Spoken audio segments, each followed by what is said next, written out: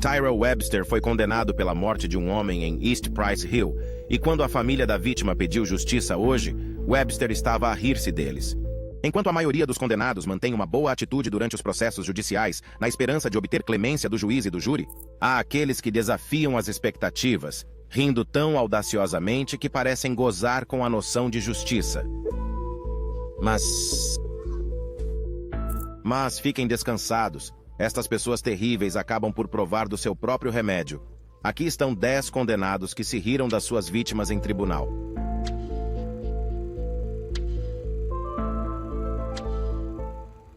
Número 1. Michael Madison. Michael Madison, nascido a 15 de outubro de 1977, é um criminoso em série condenado que tirou a vida das suas vítimas durante uma série de 9 meses que começou em 2012 e continuou até 2013. A história de Michael Madison atraiu a atenção das agências noticiosas após a descoberta da horrível verdade. As autoridades foram notificadas de um odor nocivo proveniente de uma garagem alugada por Madison a 19 de julho de 2013. Quando começaram a investigar, os seus maiores pesadelos tornaram-se realidade diante dos seus olhos. Um corpo estava escondido dentro dos limites da garagem. Os agentes da lei avançaram com uma persistência sinistra, descobrindo mais 2 corpos no dia seguinte. Cada corpo foi encontrado num local diferente. Um foi encontrado num quintal, e o outro nas profundezas de uma casa abandonada. À medida que a investigação prosseguia, surgiu uma imagem maléfica de Michael Madison. Cherelda Terry, Shatisha Shilley e Angela Deskins foram vítimas dos seus desejos maléficos. No entanto, o caminho para a justiça não foi isento de desafios. Madison foi apanhado sem violência após um breve confronto com a polícia na residência da sua mãe.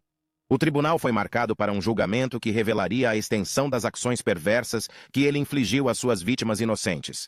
A sala de audiências tornou-se um campo de batalha a 4 de abril de 2016, onde o destino de Madison seria decidido.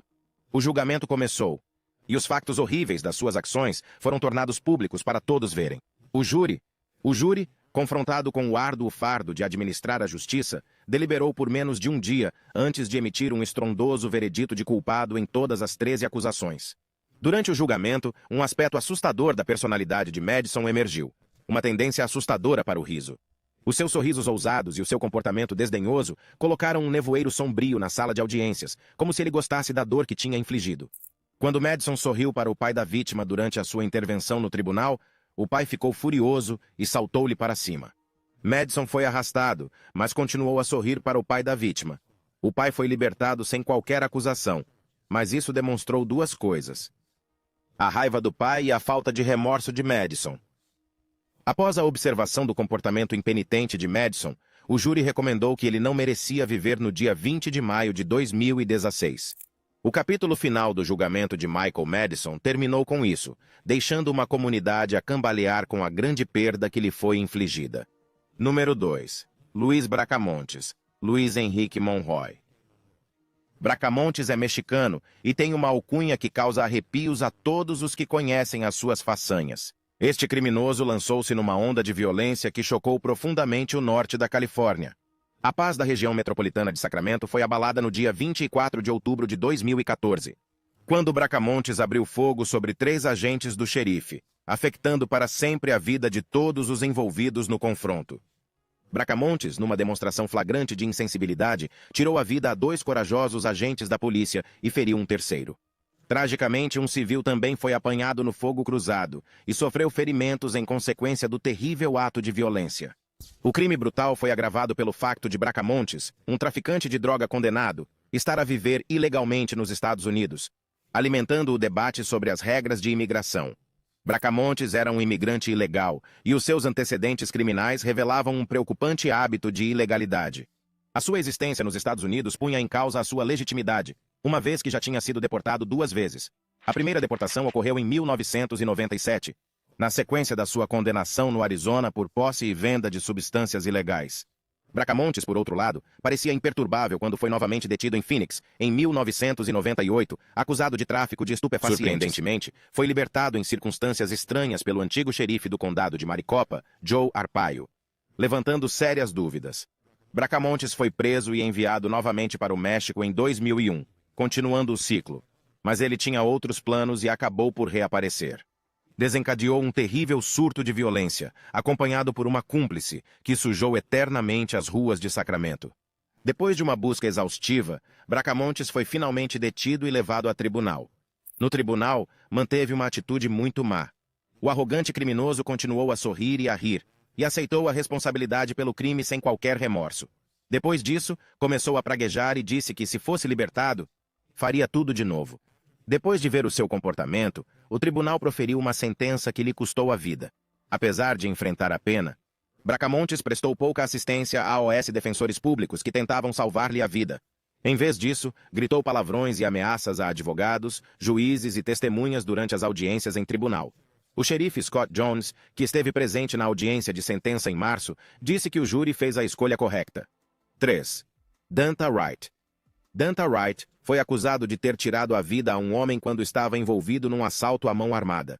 Foi detido e levado a tribunal, onde se riu insensivelmente da mãe da vítima, que chorava. Trata-se de um ato de brutalidade inconcebível, de um desprezo flagrante pela vida e pela sensibilidade humanas. Danta Wright, o arguido, sentou-se na sala de audiências com um sorriso no rosto e não conseguia parar de rir. Esta atuação cruel coincidiu com os soluços da mãe da vítima, que perdeu o seu filho devido aos actos perversos de Wright.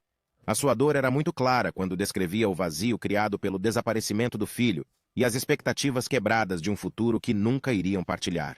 Wright não demonstrou qualquer remorso quando se dirigiu corajosamente ao tribunal. Em vez disso, disse friamente que estaria em casa em breve, dizendo as palavras com indiferença. A sua falta de empatia ou culpa era óbvia para todos os presentes, servindo como um lembrete sóbrio do mal que pode existir dentro de algumas pessoas. O juiz, visivelmente enfurecido e perplexo, voltou o seu olhar para Wright, enfatizando o espanto do seu comportamento indiferente.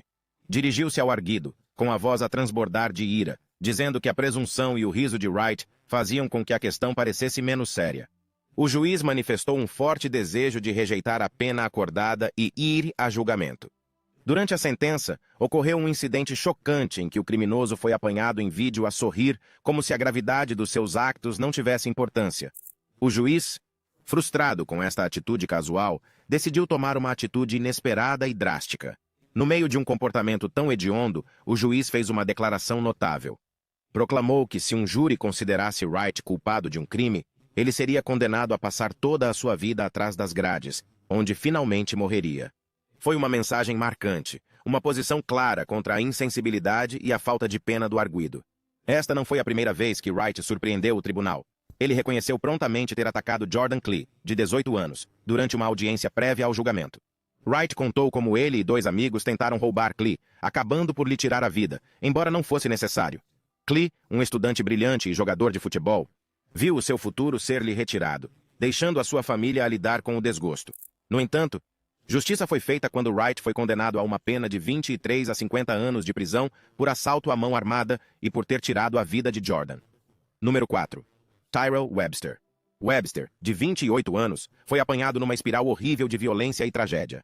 Cometeu um ato a sangue frio em abril de 2012, quando agrediu Grover Cleveland Watson Jr., de 47 anos, na Avenida Osage,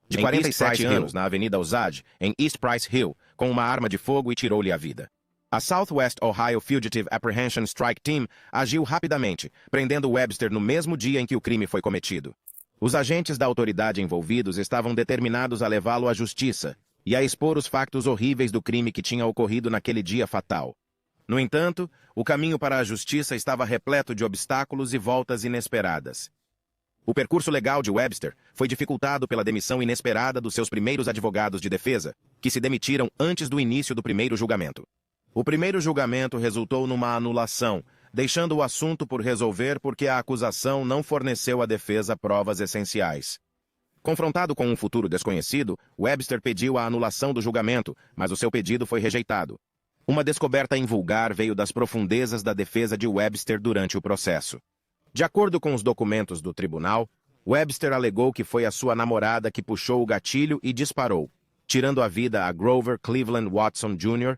Esta nova informação complicou um caso já de si intrigante, deixando tanto o tribunal como o público a debater-se com a verdade entre narrativas concorrentes. No entanto, com o desenrolar do processo em tribunal, tornou-se claro que Tyrell era culpado e não se arrependia do seu crime. Foi mostrado à irmã da vítima, que é cega, o local onde o criminoso se encontrava, pois ela queria fazer um discurso sobre o que sentia. Assim que a irmã da vítima começou a falar, o arguido começou a sorrir e a rir-se, e quando o juiz o confrontou, ele disse-lhe que não tinha importância. A irmã da vítima afirmou que queria perdoar-lhe, mas quando se apercebeu que ele não tinha remorsos, decidiu que ele devia ser preso para o resto da vida.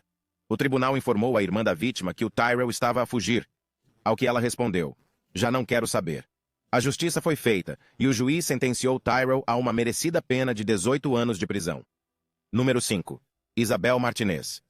Uma mãe do condado de Gwinnett alarmou e deixou perplexos os membros da sua família ao fazer uma promessa preocupante a uma força maligna. Afirmou que tinha prometido os seus filhos a esse espírito terrível, a fim de trazer de volta à vida o seu pai recentemente falecido. O que aconteceu a seguir foi um crime hediondo que abalou a cidade até ao seu âmago.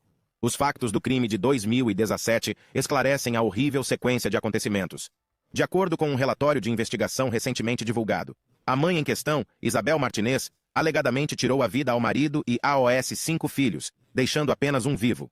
De acordo com o artigo, o marido de Martinez, Martim Romero, acordou durante o ataque e implorou-lhe: "Por favor, não faças isto." Martinez foi saudada como uma mãe dedicada pelos membros da família. As conclusões do investigador, por outro lado, dão uma imagem preocupante do seu estado mental após a morte do pai, em junho de 2017. As preocupações com a sua saúde aumentaram entre as pessoas que lhe são próximas. Griselda Romero, uma das familiares de Martim Romero, disse aos investigadores que ouviu Martinez declarar a sua determinação em trazer o pai de volta por todos os meios possíveis, e que estava a aguardar impacientemente um sinal para levar a cabo o seu pedido. Surpreendentemente, ela havia feito um acordo com uma força maligna e prometido a ela seus próprios filhos. De acordo com Johanna Butcho, outra sobrinha de Martim Romero, Martinez falou em oferecer os seus filhos a Deus em troca do regresso do pai. Outra sobrinha, Edith Romero, disse aos detetives que Martinez tinha declarado de forma arrepiante os seus planos para adormecer toda a gente da casa apenas 4 dias antes do crime fatal. Martim Romero tinha levado Martinez a um médico que lhe receitou antidepressivos numa tentativa de tratar o agravamento do estado mental de Martinez. Ele administrou-lhe pessoalmente a medicação porque receava que ela pudesse ter uma overdose. Durante uma busca policial posterior, as autoridades descobriram um medicamento frequentemente utilizado para tratar a depressão grave. O comportamento invulgar de Martinez em tribunal chamou a atenção nacional para o assunto. Ela sorria, levantava o polegar e fazia movimentos exagerados de oração.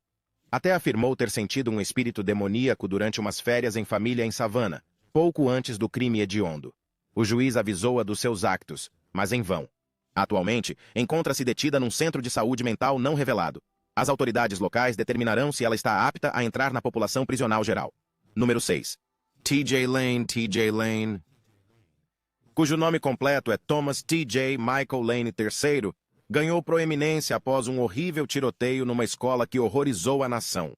O nome de Lane ficará eternamente ligado aos horríveis acontecimentos ocorridos a 27 de fevereiro de 2012, na Chardon High School, em Chardon, Ohio. Lane, armado com uma pistola de calibre .22, invadiu o refeitório da escola durante o pequeno almoço e desencadeou uma onda de violência que teria impacto na vida de inúmeras outras pessoas. Foi o homem que tirou a vida a 3 crianças e feriu outras 3 num ato de agressão hediondo. As vítimas, Daniel Parmatori, Demetrius Hewlin e Russell King Jr., foram os 3 jovens cujas vidas foram ceifadas. A motivação de Lane para o seu comportamento continua a ser objeto de discussão e disputa. De acordo com alguns relatórios, as queixas pessoais ou a raiva profunda são sugeridas como potenciais fatores desencadeantes, enquanto outros sublinham a presença de problemas de saúde mental subjacentes. O passado difícil de Lane complica ainda mais as coisas. Tinha um longo historial de problemas de comportamento e sofreu graves dificuldades na sua vida familiar. Estas circunstâncias complicaram a investigação das suas atividades e a procura de soluções. Após o incidente, Lane foi capturado por um professor corajoso que conseguiu controlá-lo até a chegada da polícia. Foi então acusado de vários crimes relacionados com a ocorrência fatal. Durante o julgamento, Lane demonstrou uma perturbadora falta de remorsos, chegando mesmo a rir-se e a fazer gestos obscenos em tribunal.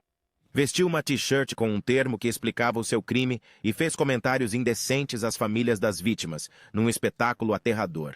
Lane foi considerado culpado dos seus crimes em março de 2013 e condenado à prisão perpétua sem possibilidade de libertação. O juiz que presidiu ao processo descreveu a sua conduta como pura maldade e sublinhou a necessidade de proteger a sociedade de um homem tão violento. A sentença de Lane foi concebida para garantir que ele nunca mais teria a oportunidade de causar danos a outras pessoas. Os actos de Lane tiveram consequências de grande alcance para as famílias das vítimas e para a comunidade de Chardon. Ficaram eternamente transformados, tendo de lidar com uma dor avassaladora, angústia e um sentimento interminável de perda. O massacre na Chardon High School provocou ondas de choque em todo o país, desencadeando debates sobre o controle de armas, medidas de segurança nas escolas e a saúde mental dos jovens. A terrível tragédia fez com que as comunidades considerassem a necessidade de reconhecer e responder aos sintomas de angústia em crianças problemáticas. Número 7. Joseph McEnroe. O nome de Joseph McEnroe ficou ligado a um ato horrível que abalou a cidade onde vivia. Para compreender a gravidade da sua conduta, há que investigar primeiro o seu passado e os factos que antecederam o crime. Joseph McEnroe nasceu a 8 de dezembro de 1979, num típico bairro suburbano. Pouco se sabe sobre a sua infância, no entanto, presume-se que teve uma educação bastante comum. No entanto, um aspecto sombrio e inquietante acabou por ser revelado por baixo da sua personalidade despretensiosa. McEnroe cometeu um crime hediondo em abril de 2012 que marcaria permanentemente a sua reputação. McEnroe tirou a vida a 6 pessoas com uma arma de fogo no quarteirão 3400 da Avenida Osage, em East Price Hill, nesse dia terrível. Os pormenores do crime fizeram subir arrepios à espinha de toda a gente. As ações de McEnroe foram planeadas e executadas com um terrível desrespeito pela vida humana. A motivação para este ato hediondo é desconhecida. Alguns acreditam que foi motivado por queixas pessoais profundas, enquanto outros suspeitam de doença mental.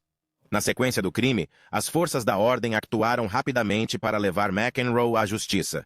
Ele foi detido pelas autoridades pouco depois do incidente, enquanto os investigadores trabalhavam diligentemente para reconstituir os fatos ocorridos nesse dia trágico. A sala do tribunal tornou-se o cenário para a conclusão dos procedimentos judiciais de McEnroe. No entanto, o seu comportamento durante as audiências do tribunal teve um impacto duradouro nos presentes.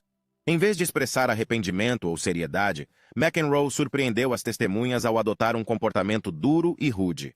De acordo com os relatórios do tribunal, McEnroe riu-se de forma inapropriada, demonstrando uma total falta de preocupação com as vidas que tinha tirado. As suas gargalhadas ecoaram por toda a sala, causando sofrimento aos familiares das vítimas que estavam presentes e que procuravam justiça para os seus entes queridos. Este comportamento descarado e desrespeitoso só serviu para realçar ainda mais a frieza de coração que parecia consumir McEnroe. As suas ações pintaram um quadro perturbador de um indivíduo, desconectado da gravidade dos seus crimes, incapaz ou sem vontade de compreender a dor e a devastação que tinha infligido aos outros. Apesar da inquietante demonstração de apatia de McEnroe, o processo judicial prosseguiu com o objetivo de o responsabilizar pelos seus crimes. McEnroe foi considerado culpado dos actos horríveis que tinha cometido após uma análise exaustiva das provas. Seguiu-se a fase da sentença, com os procuradores a tentarem garantir que fosse feita justiça. Reconhecendo a enormidade das ofensas de McEnroe, o tribunal impôs uma pena proporcional à gravidade dos seus actos. Foi condenado à prisão perpétua, garantindo que lhe seria negada a liberdade que tão cruelmente negara às suas vítimas. Número 8. Lori Vallow. Lori Vallow, nascida Lori Noreen Cox, é uma conhecida mãe americana que esteve envolvida no rapto dos seus 2 filhos, Joshua Vallow e Tylee Ryan.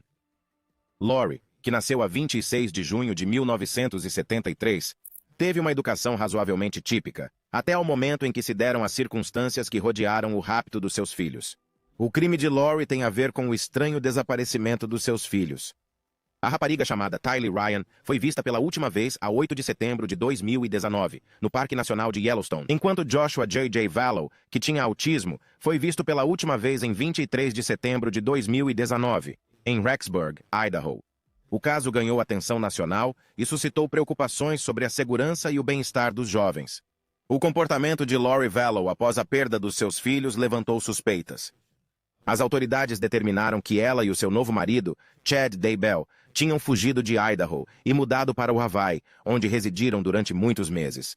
Lori recusou-se a cooperar com a polícia durante todo este período e recusou-se a dar qualquer informação sobre a localização dos seus filhos. Lori Vallow acabou por ser detida em janeiro de 2020 em Kauai, no Hawaii, por uma série de acusações, incluindo deserção e falta de apoio a filhos dependentes, resistência ou obstrução a funcionários, solicitação criminosa para cometer um crime e desrespeito pelo tribunal. Mais tarde foi extraditada para o Idaho para enfrentar as acusações de que foi alvo. O comportamento de Lori Vallow em tribunal foi objeto de grande atenção durante os procedimentos judiciais.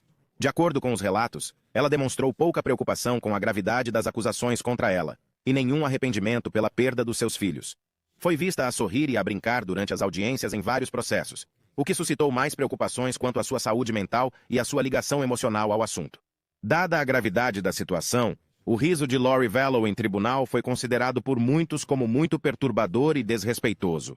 Indicou uma falta de empatia e de preocupação com o bem-estar dos seus filhos desaparecidos. As gargalhadas e o comportamento geral em tribunal contribuíram para a ideia do público de que ela não estava a levar o assunto a sério, aumentando as conjecturas sobre o seu papel e motivação no rapto de Joshua e Tylee. A polícia acusou-a de 2 crimes, abandono e falta de apoio a crianças dependentes. Foi também acusada de recusa ou obstrução às autoridades, solicitação criminosa para cometer um crime, desacato ao tribunal e desobediência deliberada a um processo ou ordem judicial. A fiança foi fixada em $5 milhões. De acordo com o gabinete do procurador, cada crime implica uma pena máxima de prisão de 14 anos. 9. Simeon Adams, um rapaz de 16 anos, foi o foco de um crime de grande visibilidade. O seu alegado crime e subsequente detenção atraíram os meios de comunicação social e o interesse do público em geral. Adams foi acusado de ter participado numa onda de crimes que durou 2 semanas e que tirou a vida a Nathan Trapuzana. A polícia acredita que Adams empurrou Trapuzana, de 24 anos e pai de família, para o parque de estacionamento de um clube de striptease de Indianápolis.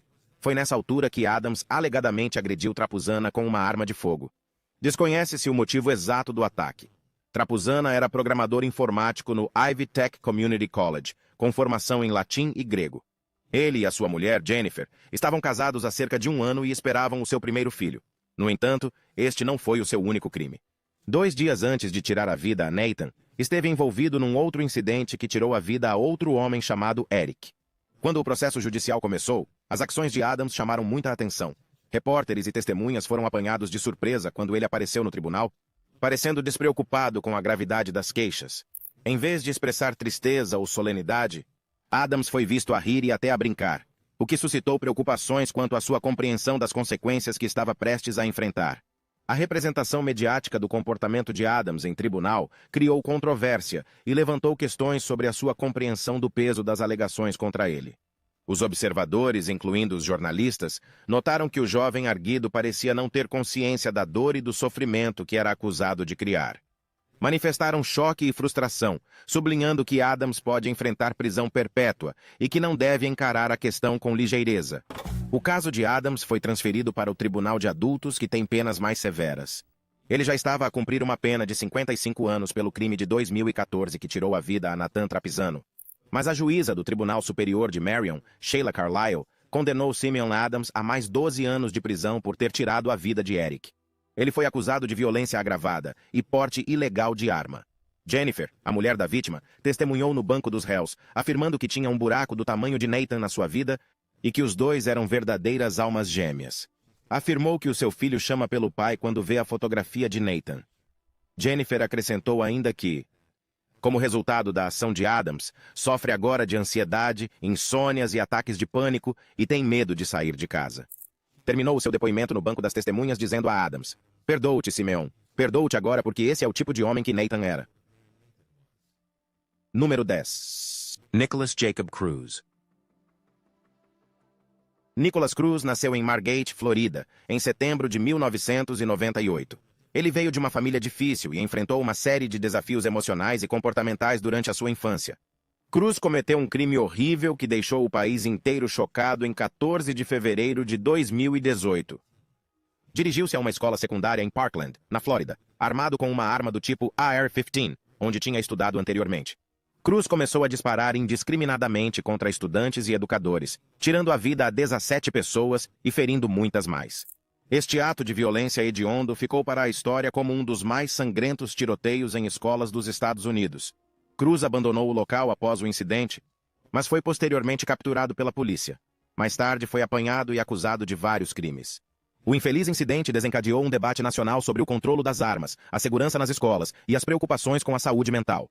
Nicholas Cruz demonstrou uma variedade de comportamentos que chamaram a atenção e geraram controvérsia durante as suas idas a tribunal. Não demonstrou qualquer emoção e parecia despreocupado com a gravidade da sua conduta. No entanto, houve uma altura em que mostrou emoção, e foi a rir. O seu advogado de defesa sorriu para Cruz, que riu de volta, causando mais polêmica. As famílias e os advogados das vítimas manifestaram o seu desagrado ao juiz. Este sorriso provocou indignação e choque entre os familiares da vítima, o público em geral e os meios de comunicação social. O caso de Cruz pôs em evidência as dificuldades da saúde mental e a sua relação com o comportamento violento. Cruz tinha um historial de problemas comportamentais, incluindo a expulsão da escola, episódios de agressão a si próprio e a outros, e referências anteriores às autoridades policiais sobre o seu comportamento perturbador. O acontecimento suscitou preocupações sobre a eficácia dos sistemas de apoio e intervenção no domínio da saúde mental na detenção e resposta a possíveis ameaças. A equipe de defesa de Nicolas Cruz ofereceu uma confissão de culpa em troca de uma pena de prisão perpétua em março de 2019. Após uma audiência emocionante de 2 dias, em que os familiares das vítimas se encontraram com ele no tribunal, o criminoso que tirou a vida a 17 pessoas numa escola secundária em 2018 foi condenado à prisão perpétua.